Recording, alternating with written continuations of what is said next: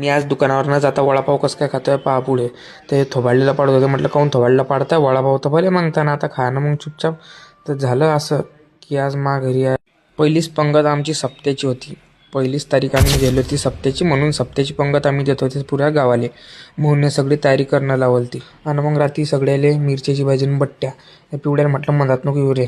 आणि घडी घडी कार्तिक म्हणत होता, म्हटलं वाळा काहून उभे राहता झाले हो. मग वाळणं गिळणं झालं आणि मग आले भाऊ कीर्तन पाहिले.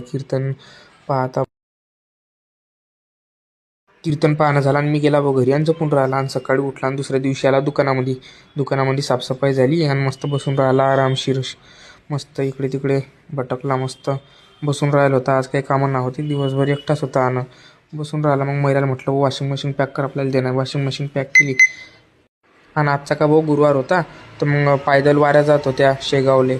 म्हटलं जय गजानन माऊली सगळ्यांना, आणि कॅप्शनमध्ये गण गणात होते गजानन माऊली टाकून द्या.